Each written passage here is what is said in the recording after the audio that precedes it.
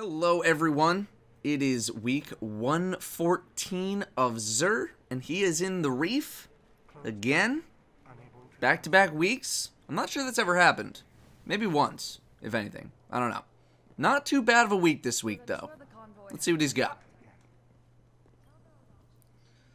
Starting from the bottom, we have Plasma Drive and Emerald Coil, nice, for those rare blue quality sparrows. 3 heavy ammo packs for 1 strange coin, 5 3 of coins for 7 strange coins, 3 glass needles for a bunch of stuff, and 1 mode of light for 2 strange coins.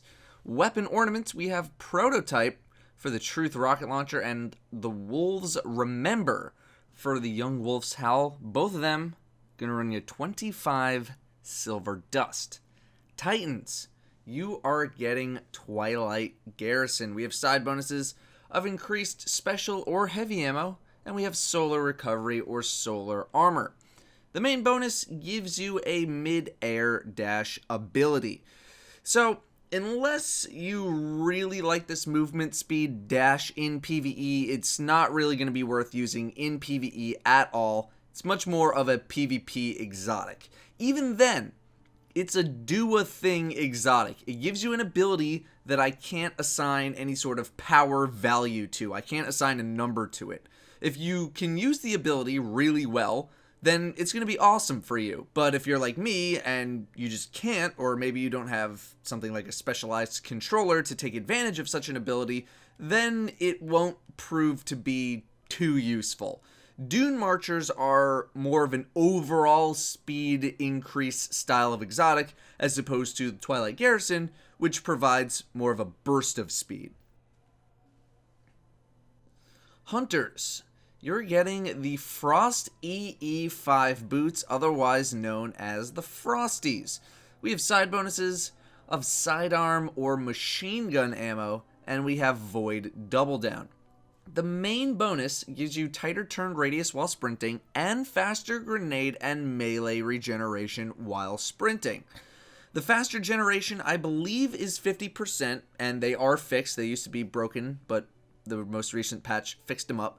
So with a full discipline strength build, both of them at tier 5, you can sprint your abilities back every 12 to 13 seconds or so. For PvP, this is really potent, especially with something like Memory of Fellwinter, since PvP has much more bursty movement compared to PvE. In PvP, it's run, shoot, you shoot. It's very back and forth, which makes these pretty good in that scenario. Rather, the machine does feature a bit more running around than past raids, making these not too bad there either. Overall, I think these are a very good buy, very much worth using. Sort of gives that double melee or double grenade feel for PvP, since you'll be able to regenerate your abilities back so quickly, especially with a tier 5 discipline and strength build. Not a great roll though, only 91% stats.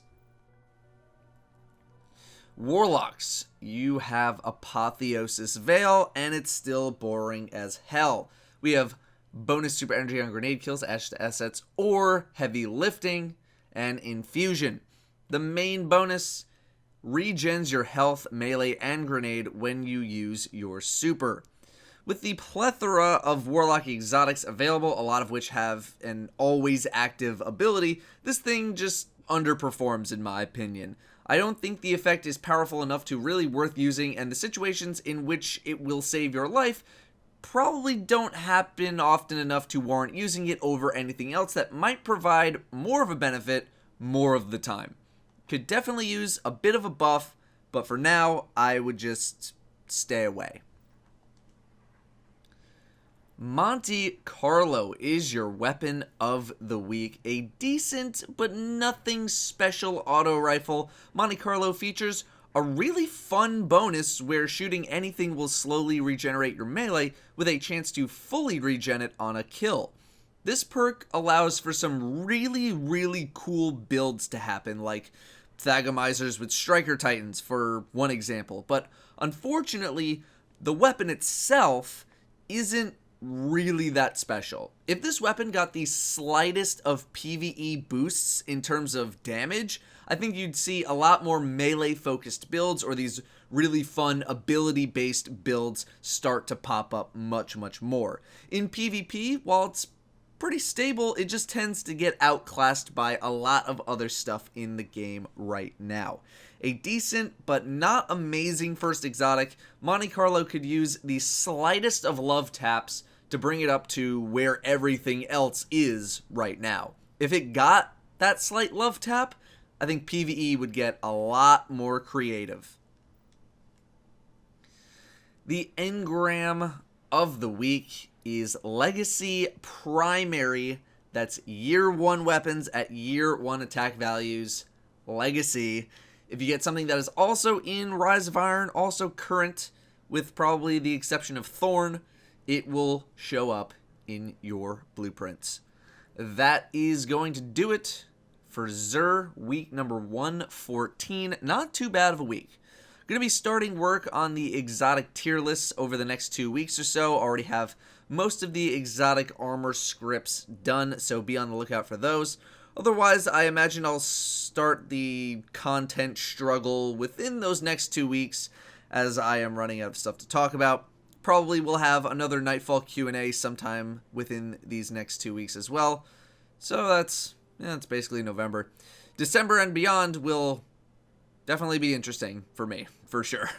But I'm going to go enjoy my extra hour of sleep now. Thank you all very much for watching. Have a great weekend, and I'll see you all next time.